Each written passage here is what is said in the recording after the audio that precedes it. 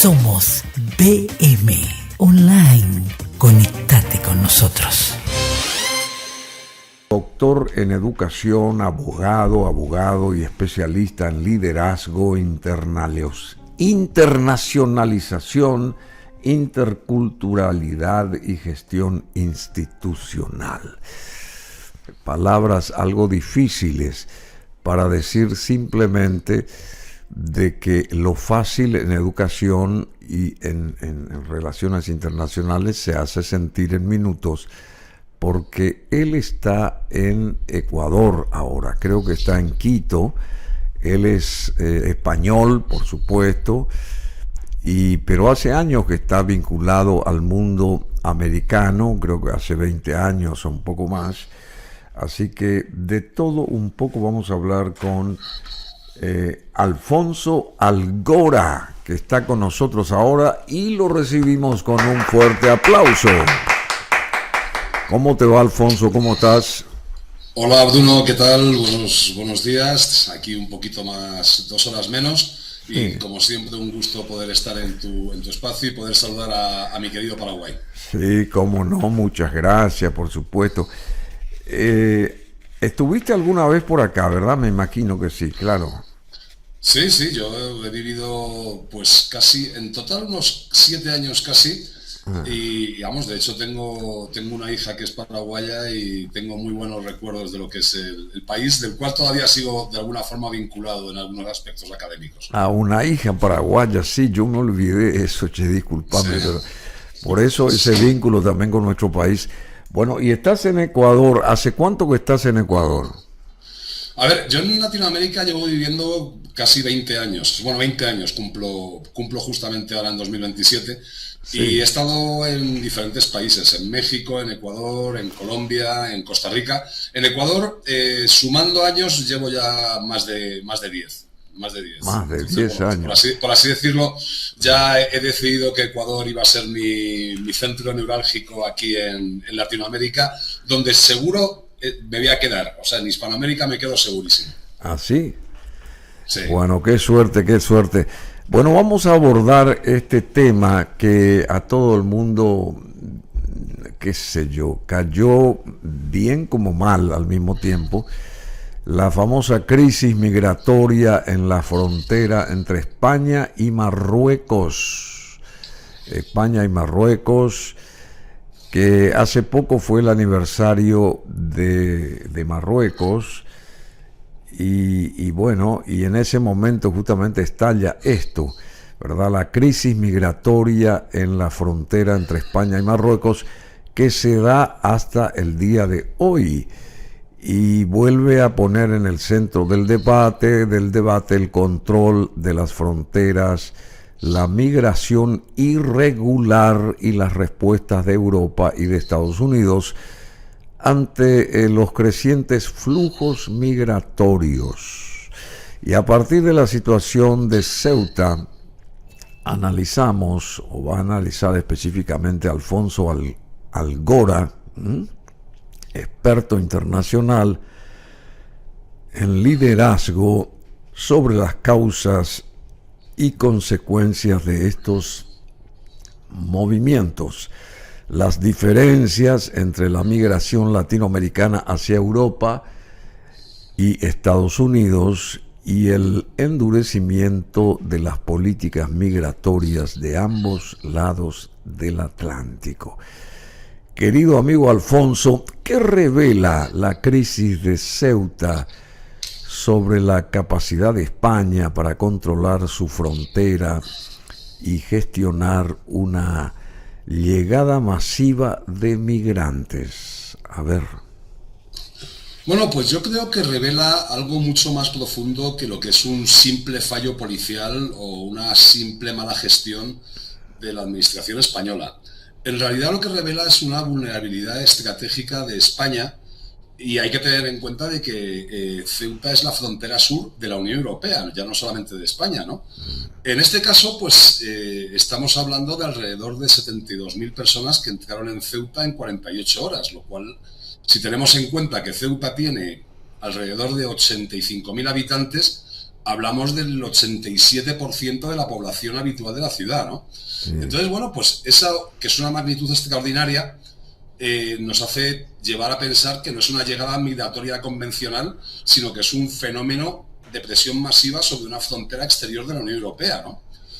Y en ese sentido, Bruno, yo creo que hay dos responsabilidades, ¿no? En primer lugar, la primera, evidentemente, es Marruecos, ya que España depende en gran medida de que las autoridades marroquíes controlen el lado marroquí de una frontera que jurídicamente es española. Tenemos que recordar que Marruecos existe como país independiente desde 1956 y Ceuta es conquistada por Portugal en 1415 y en 1580 ya forma parte de la corona española, ¿no? Entonces, bueno, pues cuando ese control falla o se relaja, pues la presión sobre Ceuta es inmediata, ¿no? Luego, en segundo lugar, la segunda responsabilidad es española, ¿no? Porque España tenía que haber desarrollado mecanismos de anticipación mucho más eficaces, habida cuenta que ya hubo organizaciones de trabajadores fronterizos que ya estaban hablando de que iba a haber ese problema en Ceuta, el día sí. que se produjo, claro, el día que se produjo esa, pongámoslo entre comillas, invasión, ¿no? Entonces, por eso yo creo que, no digo que España sea incapaz de controlar su frontera, ¿no? Porque, de hecho, después de esta crisis se han desplegado más de 500 agentes adicionales y ahora mismo hay ya más de 1.600 efectivos desplegados en la ciudad, una ciudad que además está fuertemente militarizada, hay Policía Nacional, Policía Local, Guardia Civil, Ejército. Entonces, para mí, la cuestión es otra, ¿no? La cuestión es que España puede controlar la frontera cuando tiene el tiempo para reaccionar, pero lo que ha demostrado Ceuta es que necesita que haya una mayor anticipación ante crisis. Y luego también pues hay otra conclusión que bajo mi punto de vista tenemos que tener muy en cuenta, y es que España ha externalizado una parte muy importante de su seguridad fronteriza a Marruecos, teniendo en cuenta que Marruecos es un país que legítima o ilegítimamente, yo ahí no voy a entrar ahora, pues tiene una demanda sobre dos ciudades que están en el norte de África, que son españolas, por lo cual España no puede depender de esa externalización. ¿Cuáles son esas ciudades? Son Ceuta y Melilla. Ceuta está pues justamente debajo de Cádiz, Melilla está un poco más separada y bueno, luego también hay pequeños territorios, ¿no? El Peñón de Alucemas, las Islas Chafarinas, pero vamos, ya son territorios muy pequeños, muy poco significativos, pero realmente Ceuta y Melilla son ciudades que ya estamos hablando de miles, o sea, de decenas de miles de personas, claro. Y amén de este conflicto, entre comillas, existente ahí entre Marruecos y España, España y Marruecos, ¿cómo son las relaciones entre estos dos países? Bueno, pues las relaciones entre España y Marruecos son unas relaciones un poco complejas, en el sentido de que estamos destinados o condenados a ser vecinos y bueno, pues esa relación de vecindad tiene unas aristas un poco complejas. Hay que tener en cuenta que la frontera entre España y Marruecos es una de las fronteras donde hay una mayor diferencia de renta per cápita del mundo, junto con la de Corea del Norte y Corea del Sur, Estados Unidos y México. Pues hay que pensar en que la renta per cápita entre España y Marruecos es enorme. Además, España es la puerta de entrada de África, no solamente de Marruecos, sino también del África subsahariana, y no solamente a España, sino a otros países de la Unión Europea. Por lo tanto, la Unión Europea ha tenido y tiene pues una cierta sensibilidad para proteger sus fronteras a partir de tener una buena relación entre España y Marruecos. También es cierto que, como te digo, hay aspectos que son como muy de hermanamiento, pues por ejemplo el próximo Mundial que se va a tener lugar España, Portugal, Marruecos, pero también pues ocurren circunstancias como la que ha ocurrido en estos días de esa invasión, vuelvo a poner entre comillas, de inmigrantes a Ceuta, ese asalto, que eso sí que es cierto que fue un asalto a unas fronteras que hace que, pues lógicamente, las relaciones entre ambos países pues puedan llegar a ser mucho más tensas, claro. ¿Cuál es la autoridad máxima ahí en Ceuta? Ceuta es una ciudad, ¿verdad? Y digamos, es una ciudad-país. ¿Qué es? ¿Es una ciudad simplemente? ¿Es un grupo habitacional, digamos? pequeño, 80.000 personas, decís que viven ahí más o menos. ¿Y la autoridad cuál es la máxima autoridad ahí? A ver, Ceuta es una ciudad autónoma. España está dividida en comunidades autónomas, tenemos 17 comunidades autónomas y 2 ciudades autónomas. Ese concepto de ciudad autónoma, pues es un concepto como jurídicamente un poco endeble en el sentido de que no tiene una categoría tan fuerte como la que pueda tener una comunidad autónoma que está conformada por provincias, o que sean uniprovinciales, pues como Madrid, Cataluña, el País Vasco y demás, ¿no? Sí. Entonces, ¿qué es lo que ocurre? Pues Ceuta y Melilla tienen un estatus muy especial, incluso también desde el punto de vista de lo que es la OTAN, porque, por ejemplo, el Tratado de Washington, el artículo 5, no expresa directamente a Ceuta, Melilla y los territorios africanos de España como parte de la OTAN, ¿no? Y luego también tienen un estatus especial dentro de lo que es el Tratado de Schengen, con todo lo que tiene que ver con la libre circulación de personas y demás. Digamos que Ceuta y Melilla están en una situación, en un limbo jurídico desde el punto de vista administrativo, desde el punto de vista también incluso del derecho internacional, ¿no? Pero lo que hay que tener en cuenta es que en Ceuta, en este caso, pues son 80.000 personas, ahora mismo desconozco las que viven en Melilla, pero por ahí tiene que ir, ¿eh? O sea, más de 50.000 seguro. Y bueno, pues lógicamente pues son ciudades que también históricamente pues incluyen diferentes sensibilidades, viven musulmanes, viven judíos, pero bueno, pues lógicamente con una amplia tradición española y donde lógicamente pues tiene que haber un paraguas jurídico que les cubra ante cualquier tipo de circunstancia como la que ocurrió hace 15 días. Ceuta es una ciudad autónoma española situada en la costa norte de África, a la orilla del estrecho de Gibraltar. Limita únicamente con Marruecos y forma parte de la Unión Europea, siendo un punto clave de seguridad, comercio y control migratorio.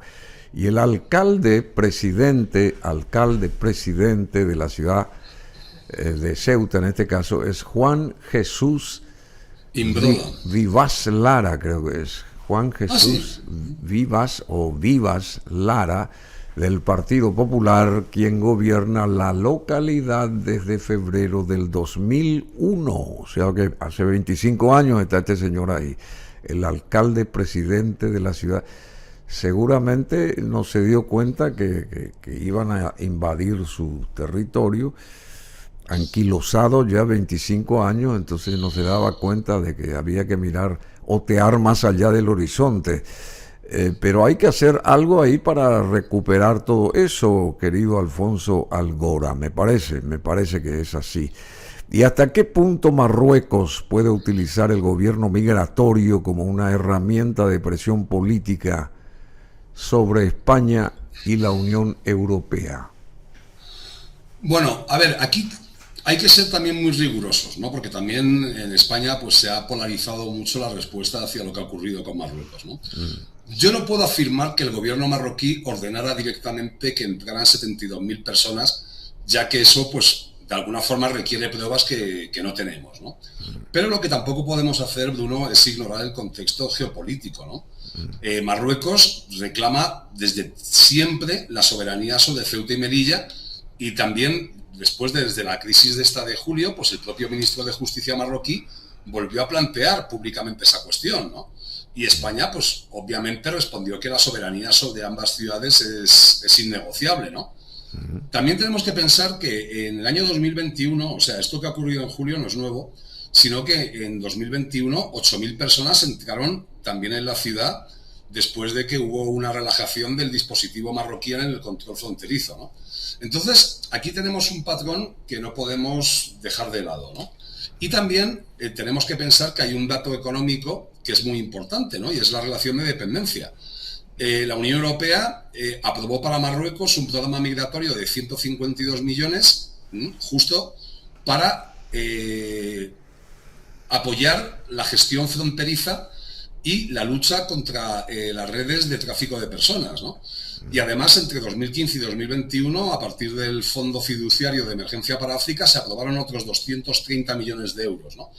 Entonces, eso lo que quiere decir es que Europa de alguna forma está financiando la capacidad marroquí para controlar los flujos que llegan a Europa, ¿no? Entonces, en ese sentido, yo creo que la posición correcta sería que tiene que haber una cooperación con Marruecos, pero no una dependencia estratégica de Marruecos, ¿no?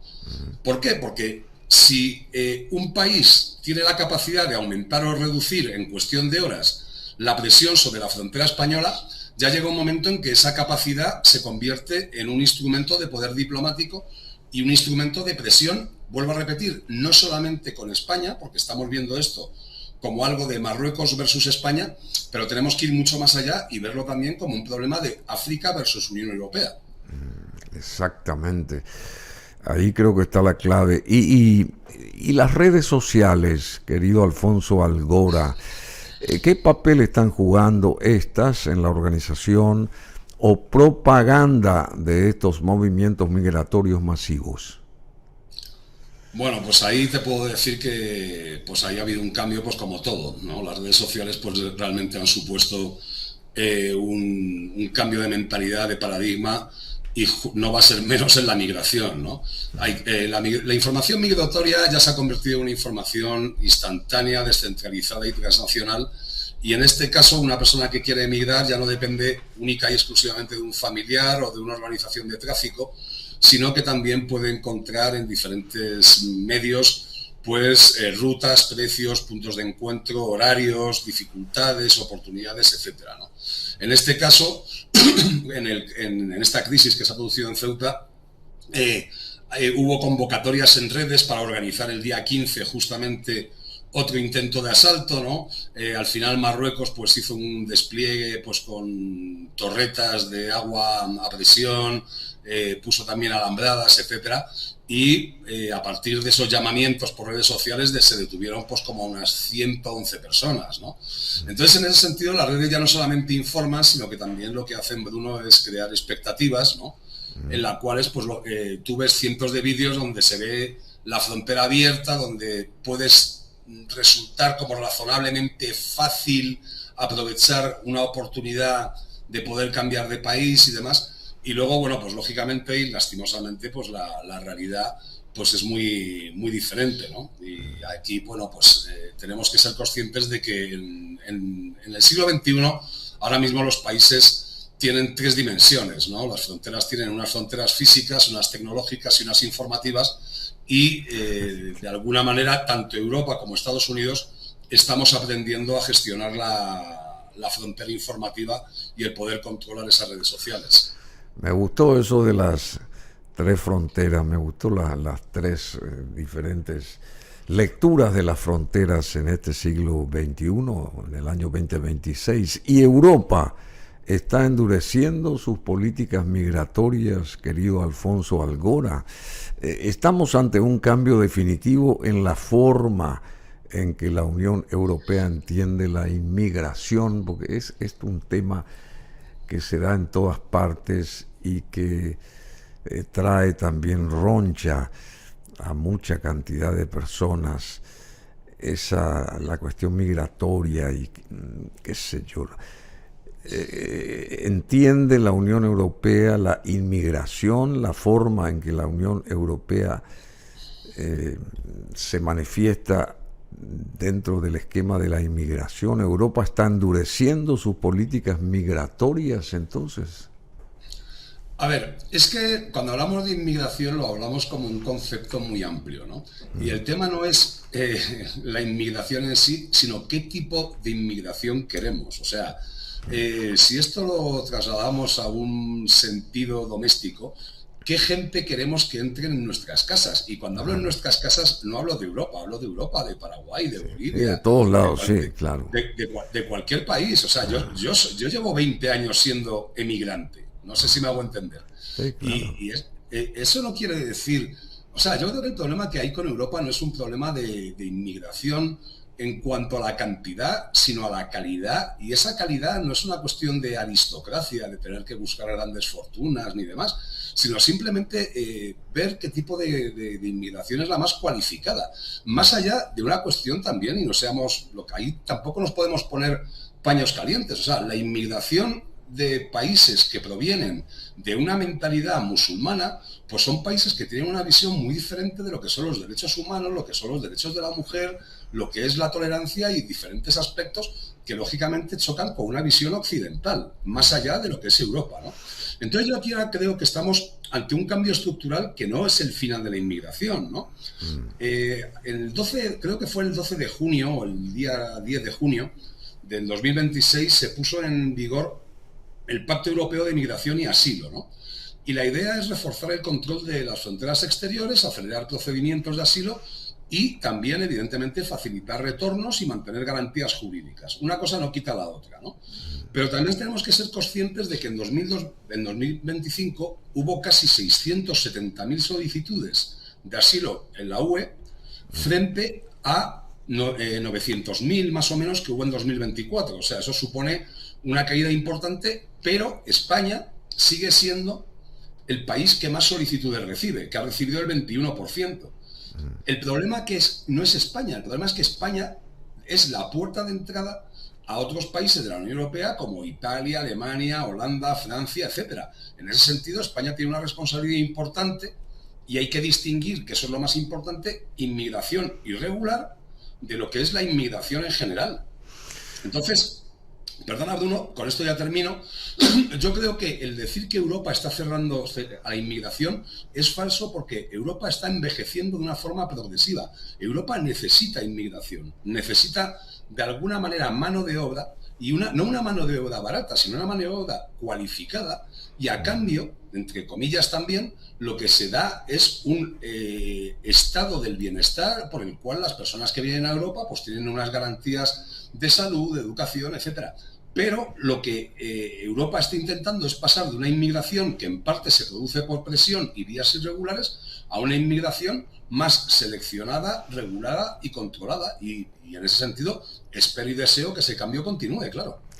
Bueno, hay que recordar lo de la diáspora venezolana en toda esta parte del mundo, en América Latina, en América del Sur. Chile, por ejemplo, fue invadido por venezolanos y tuvo que darles trabajo de alguna manera, y también así Ecuador, Perú y Colombia, en fin, fue una situación también un poco extraña. Y también acá en Paraguay hay hasta ahora mucha gente de Venezuela. Eso yo no sé cómo llamar, eso es lo mismo que pasó ahí en Ceuta, a mayor quilaje, digamos, es más o menos así, porque ellos forzaron fronteras para salir de su país original, y donde sea que el destino les llevara, hasta ahí llegaron, ¿verdad? Es más o menos así. O sea que el mundo entero está en esta convulsionada manera de decir, bueno, queremos buscar destinos nuevos, distintos, y es más o menos así, porque también Europa, como bien dijiste, está siendo invadida, entre comillas, por toda esa gente del África en general, ¿verdad? Gente que viene, y bueno, sabemos cómo está la situación. Perdóname que te interrumpa un momento, Bruno. Mira, esto es muy fácil si lo llevamos a lo que es a un tema doméstico. Sí. Yo puedo entender que tú, siendo mi vecino, lo estés pasando muy mal y que te falten recursos.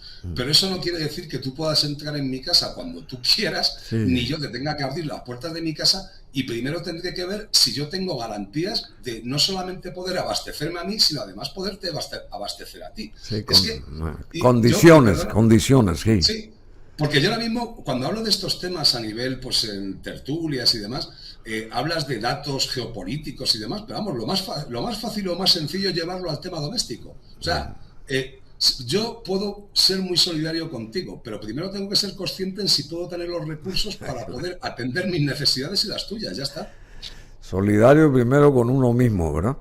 Bueno, sí. ¿Dónde debería estar el equilibrio, a propósito, entre el derecho, en este caso de los estados, a controlar sus fronteras y la obligación de proteger a quienes buscan refugio? Es más o menos de lo que estábamos hablando, pero más, digamos, didácticamente, digo yo.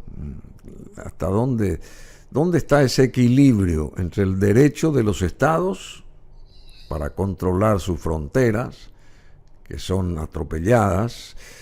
Allí en Centroamérica también pasaron muchas cosas así, hasta que apareció un Bukele y endureció la historia, y bueno, en fin, sabemos, pero todo esto ocurre desde un mismo origen, más o menos, y eso es lo que está pasando ahora ahí en Ceuta específicamente.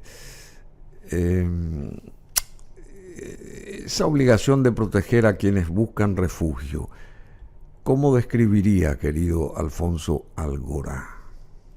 A ver, es que esto ya entramos en un punto que va mucho más allá de lo que es la demagogia y del buenismo y demás, ¿no? Y hay que entrar ya también en cuestionamientos jurídicos, ¿no?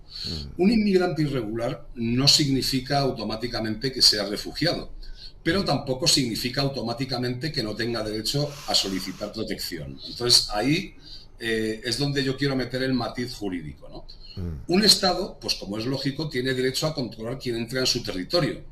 Pero bueno, si una persona afirma ser perseguida por razones políticas, religiosas, étnicas, sexuales, etcétera, o cualquiera reconocida por el derecho internacional, pues tiene derecho a que esa solicitud sea examinada, ¿no?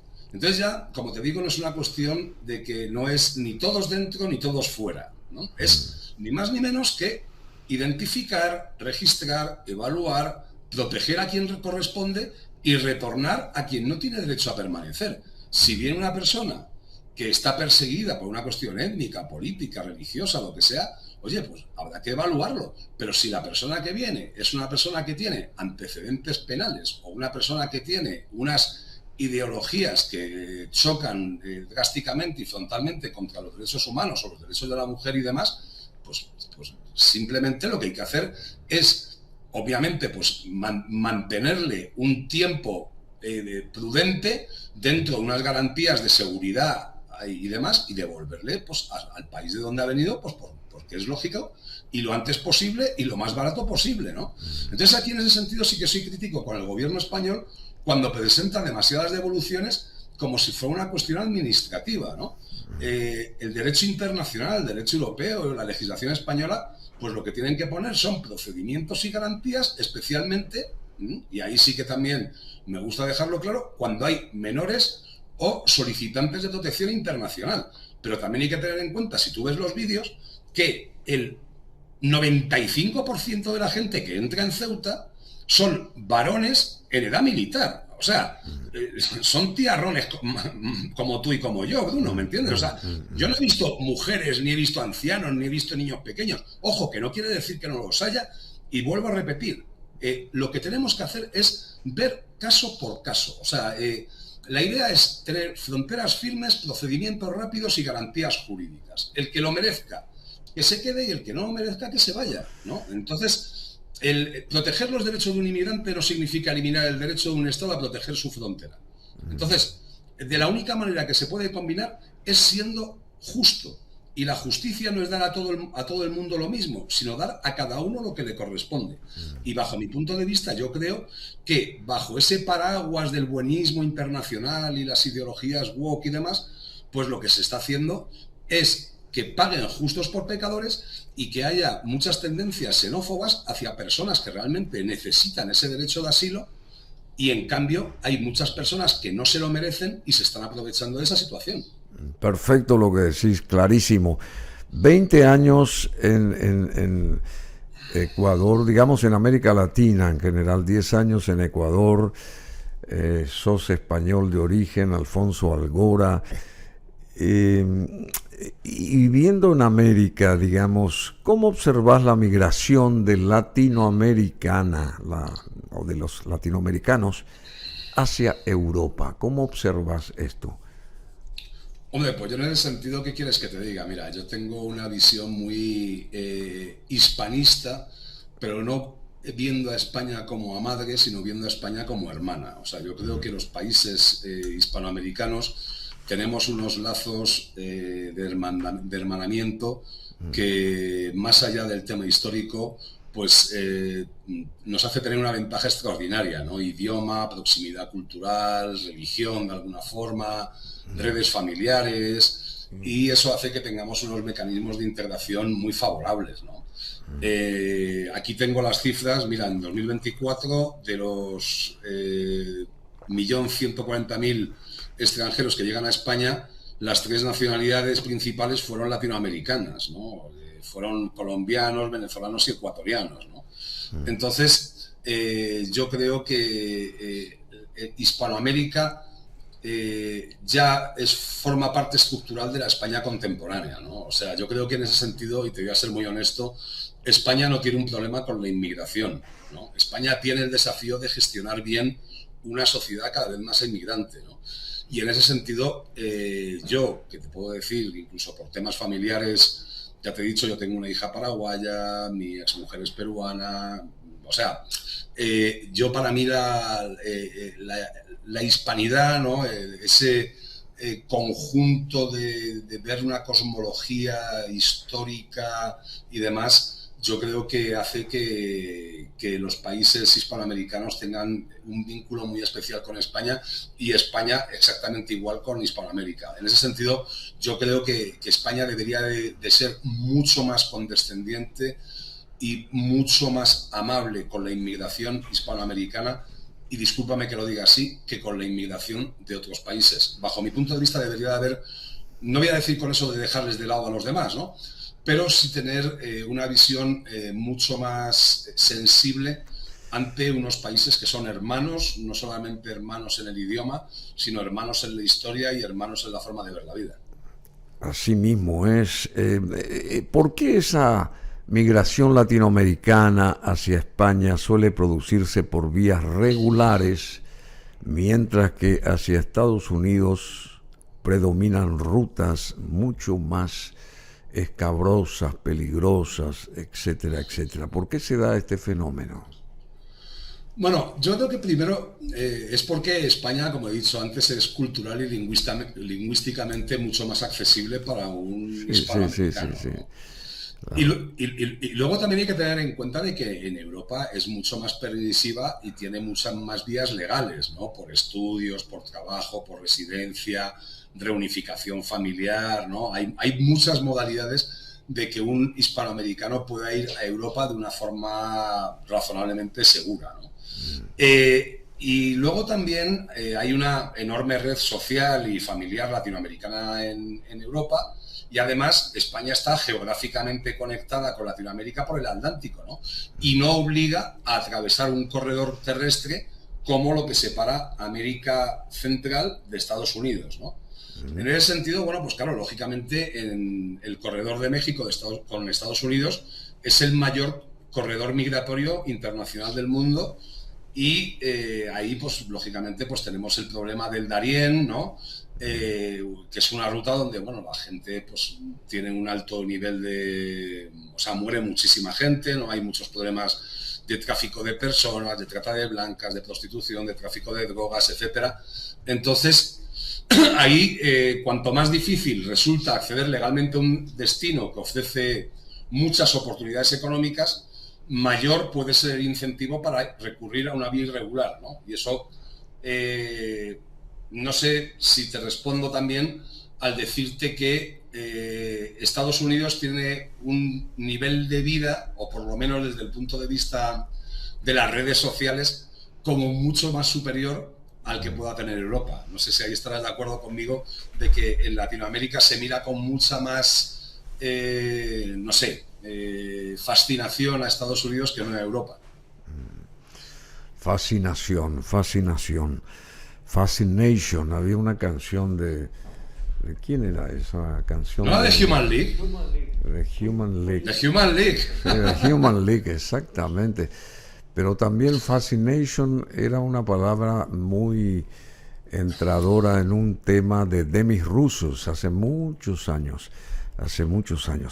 Bueno, ¿qué factores, estamos ya redondeando, Alfonso Algora, porque tenemos un invitado acá en el estudio, qué factores hacen que un latinoamericano elija Estados Unidos antes que España, pese a los enormes riesgos que de atravesar Centroamérica y México y bueno, y la parte idiomática, conste que en Estados Unidos también ya se habla muchísimo el español. ¿Cuáles son los factores que hacen que un latinoamericano elija Estados Unidos antes que España? Bueno, aquí yo te diría que hay una expectativa económica y luego también el tema de las redes migratorias, ¿no? Cuando alguien emigra, bajo mi punto de vista, no solamente calcula el peligro del trayecto, sino que hace una especie como de ecuación mental en el cual mira el riesgo del viaje frente a la expectativa de mejora de vida, ¿no? Estados Unidos, hay que reconocer que tiene un mercado laboral mucho mayor, tiene salarios potencialmente mucho más altos que muchos, o sea, que evidentemente todos los países de origen de los migrantes latinoamericanos y además también mucho más que en Europa, ¿no? Y luego también pues hay un efecto red donde si yo tengo un hermano o un primo o amigos en Estados Unidos, pues el riesgo de emigrar disminuye porque sé dónde voy a dormir, quién me puede ayudar a buscar trabajo, etcétera, etcétera, ¿no? Entonces, yo creo que, como te digo, la migración no es una decisión segura, sino una decisión de expectativas, ¿no? Cuando una persona pues cruza el Darién o cruza México, sabe que es peligroso, pero él de alguna manera tiene calculado que permanecer en su país pues va a tener un riesgo económico, un riesgo social o personal mucho mayor, ¿no?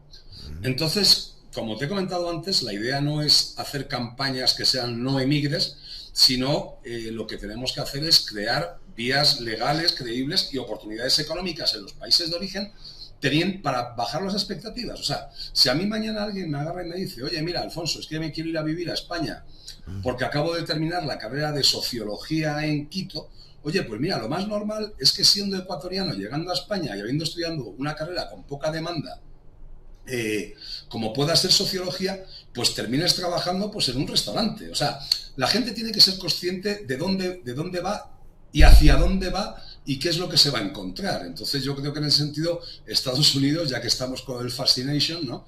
Pues Estados Unidos vende un American Way of Life mucho mejor que el de Europa, teniendo en cuenta que evidentemente Europa es una realidad multicultural donde no puedes comparar, pues es como Latinoamérica. Cuando a mí me preguntan, oye Alfonso, ¿y qué tal en Latinoamérica? Pues oye, no es lo mismo Paraguay que Argentina, que Bolivia, que Nicaragua, que Honduras. Pues Europa no es lo mismo Grecia que Albania, que Inglaterra, que Alemania, que España. Bueno, muy importante lo que decís. Estados Unidos también está endureciendo sus políticas migratorias. Europa y Estados Unidos están convergiendo hacia un mismo modelo de control migratorio, querido Alfonso Algora. Pues yo creo que sí en el objetivo, pero no en el método, ¿no? Lo que está claro es que tanto Europa como Estados Unidos avanzan hacia una mayor protección de fronteras, ¿no? Hay una mayor identificación, una mayor cooperación internacional y también buscan mucho más el tema del retorno, ¿no? En el caso de Estados Unidos es muy diferente, pues porque tiene una frontera terrestre con México de 3.000 kilómetros y la política migratoria es nacional, ¿no? En el caso de Europa, pues en Europa somos 27 Estados miembros, tenemos el Tratado de Schengen, tenemos una frontera exterior común. Entonces, en este caso, Europa tiene un problema adicional, ¿no? Porque nosotros podemos controlar la frontera exterior, pero también necesitamos que todos los Estados miembros compartamos reglas y responsabilidades. Por eso ha habido el problema ahora entre España e Italia, ¿no? Porque, claro, España toma una decisión con respecto a la crisis de Ceuta y Italia agarra y dice, oye, vamos a ver que es que las decisiones que tomas tú me afectan a mí, que soy un Estado soberano diferente a ti, ¿no? Entonces, en ese sentido, este pacto europeo pues lo que intenta es resolver una contradicción histórica, y es que un Estado que pueda estar en primera línea geográfica, otros se puedan beneficiar de la libre circulación interna. Es decir, entran muchos inmigrantes por España y luego se van repartiendo descontroladamente por países de Europa Central y lo que es la Europa continental, ¿no? Entonces, bueno, pues ahí hay que ser conscientes de que los países donde más viene afectado en Europa pues son España, Francia, Alemania, Italia, etcétera, ¿no? Y siendo 27, lo que tiene que hacer Europa es tener una política verdaderamente común que implique a todos los estados, lo cual en ese sentido Estados Unidos lo tiene bastante fácil, ¿no? Estados Unidos no deja de ser un país con muchos estados, pero a fin de cuentas tiene un gobierno central, y ese gobierno central pues tiene una política unidireccional, ¿no? En el caso de Europa es mucho más complejo porque son muchos estados, la historia europea también es compleja, estados que son más amigos, estados que son menos amigos, estados de derechas, estados de izquierda, o sea, ahí es más complejo. Hay matices. Bueno, y mirando hacia los próximos años ya, Alfonso Algora, ¿crees que Occidente podrá controlar la inmigración irregular sin que las presiones migratorias terminen convirtiéndose en una crisis humanitaria y geopolítica mayor? Pues yo creo que sí, pero para ello lo que tenemos que hacer es abandonar dos simplificaciones, ¿no? La primera es la postura woke, buenista, hippie de fronteras abiertas, ningún humano es ilegal y ese tipo de cosas, ¿no? Porque no es sostenible, ¿no? Y un Estado democrático tiene derecho a decidir quién entra en su territorio, igual que yo tengo todo el derecho a decidir quién entra en mi casa, ¿no? Claro. Pero tampoco tenemos que quedarnos en la cosa de, oye, mira, cerramos las fronteras, solucionamos el problema y a todo el mundo le hacemos un examen de ADN y si no eres 100% guaraní o 100% español o 100% gringo, no. O sea, ya el mundo ha cambiado completamente, ¿no? O sea, ahora mismo la propia evolución europea ya ha demostrado que esto va mucho más allá de una valla, ¿no? De una frontera. Hay guerras, desigualdad, empleo, redes familiares, demografía, persecución política, expectativas económicas, o sea, la inmigración es multifactorial, ¿no? Y en ese sentido, todos los cruces irregulares que ha habido en las fronteras de la Unión Europea, lo que nos da que pensar, vuelvo a repetir, es que tenemos que buscar una inmigración necesaria, pero de calidad. En Europa, en Paraguay, en Bolivia, en todos los lugares, Bruno, ¿no? Entonces, yo creo que la solución que yo defendería estaría basada en 5 pilares, ¿no? En primer lugar, lo que está claro es el control efectivo de las fronteras, ¿no? En segundo lugar, vías legales y reguladas de inmigración. ¿Para qué? Para evitar el tráfico de personas y todo lo que ello conlleva, ¿no? Explotación de mujeres, etcétera, etcétera, ¿no? Los procedimientos de asilo, cuando correspondan, que sean rápidos y rigurosos. En el caso de que no correspondan, un retorno efectivo y con garantías, pero efectivo y rápido de quien no tiene derecho a permanecer. Hemos estudiado tu caso, te quedas, estupendo, no te quedas, chao. Y luego también, pues, acuerdos con países de origen y tránsito, pero sin dependencia estratégica de ellos, porque si no, caeríamos en el mismo problema que hemos tenido con Marruecos, ¿no? Entonces, bueno, pues en ese sentido, por ejemplo, con el tema de Marruecos, es un socio necesario, pero no puede convertirse en el guardián de facto de una frontera, ¿no? Entonces, bueno, pues para mí, y con esto, pues no sé si puedo redondear lo que hemos estado hablando, la lección que nos da Ceuta es que una política migratoria que sea efectiva no consiste en o abrir fronteras o en cerrarlas herméticamente, ¿no? Sino consiste en hacer que el Estado decida quién entra, por qué vía entra, bajo por qué circunstancias entra y con qué derechos entra. Si no lo hace el Estado, ¿sabes quién lo va a hacer? Pues lo va a acabar haciendo las mafias, las redes sociales o un tercer gobierno extranjero, y entonces nuestro Estado el Estado del cual estemos hablando, va a dejar de controlar su política migratoria y se va a convertir en un títere de terceros estados, que es malo, o de redes criminales internacionales, lo cual va a ser mucho peor, claro. Que está pasando en muchas partes. Bueno, Alfonso Algora, te agradecemos muchísimo esa conexión telemática. Importante todo lo que dijiste y bueno, lo de Ceuta tiene que aclararse o terminar de alguna manera, ¿verdad? Y positiva, me imagino, para que las aguas se calmen nuevamente ahí en esa zona estratégica de Europa y de África. Y vos que estás en Ecuador, ¿cómo está Ecuador así en líneas generales nomás? ¿Cómo te sentís ahí? Me dijiste que bien, que vas a terminar inclusive tus días ahí, eso dijiste vos. No, voy a terminar mis días en Hispanoamérica, no en Ecuador concretamente, Bueno, de momento en Ecuador. Pero ¿y cómo está Ecuador? ¿Cómo está Ecuador y su gobierno? Este joven presidente Noboa, que también, bueno, personalmente está pasando por un momento triste. Sí, la acaba cuestión de perder un hijo, sí. Un hijo. Bueno, ¿y cómo ves Ecuador hoy, justamente en esa línea ecuatorial del mundo? Porque Ecuador está en una posición estratégica también y bueno, así como se suele decir, todos los caminos conducen a Roma, todos los caminos conducen a Ecuador, acá desde esta parte de América, porque está en el medio de América del Sur, digamos, y bueno, es un país importante, Ecuador, el mismo nombre lo sitúa en un primer nivel, Ecuador, la línea del Ecuador. ¿Cómo estás viviendo ahí? ¿Cuál es la perspectiva que vos estás viendo de ese país?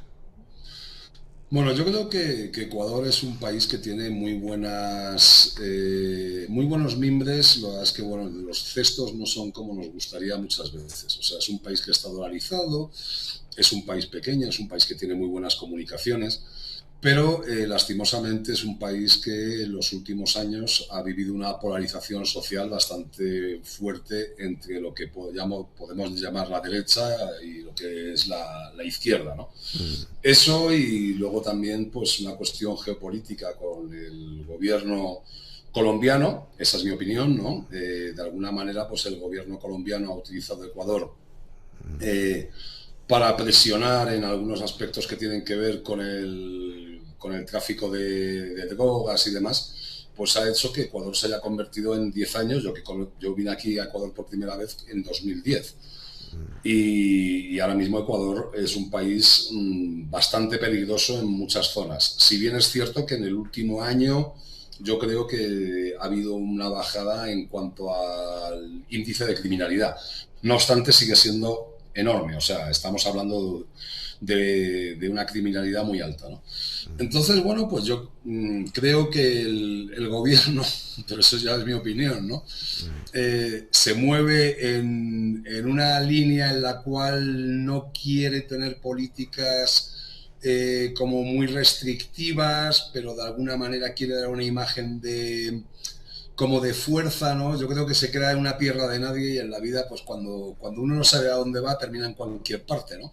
Pero vuelvo a repetir, es un país que, bajo mi punto de vista, tiene un tamaño lo suficientemente cómodo, donde se junta la selva, el bosque, el mar, etcétera, y donde, pues, por una cuestión también de recursos, de gas, de petróleo, de eventual turismo, de historia y demás, pues tiene muchas posibilidades. Yo ya te digo que yo es que tengo mucho cariño a Paraguay, en el sentido de que para mí Paraguay, lo más bonito de Paraguay es la gente, ¿no? Y lo digo realmente, ¿no? Entonces, bueno, pues para mí Paraguay es parte de mi corazón y Ecuador es en la otra parte de mi corazón, sin desmerecer a México, Colombia o Costa Rica, que son países donde he vivido, pero para mí donde mejor me he sentido en mi casa ha sido en Ecuador y en Paraguay. Bueno, y a tu país, España, naturalmente. ¿Alguna partecita del corazón? Ahí la tendrás a España, en alguna partecita de tu corazón. A la madre nunca se la deja de querer por mucho tiempo que la lleves fuera. Así mismo. Eso siempre. Bueno, Alfonso Algora, muchísimas gracias. Doctor en educación, abogado, especialista en liderazgo, internacionalización, interculturalidad y gestión institucional. Bueno, así que espero que alguna vez y pronto te retornes aquí a Asunción, por lo menos un par de días, y podamos hablar más ampliamente de todo esto y muchos otros temas. Alfonso Algora, muchísimas gracias. Hasta cualquier momento, ¿te parece?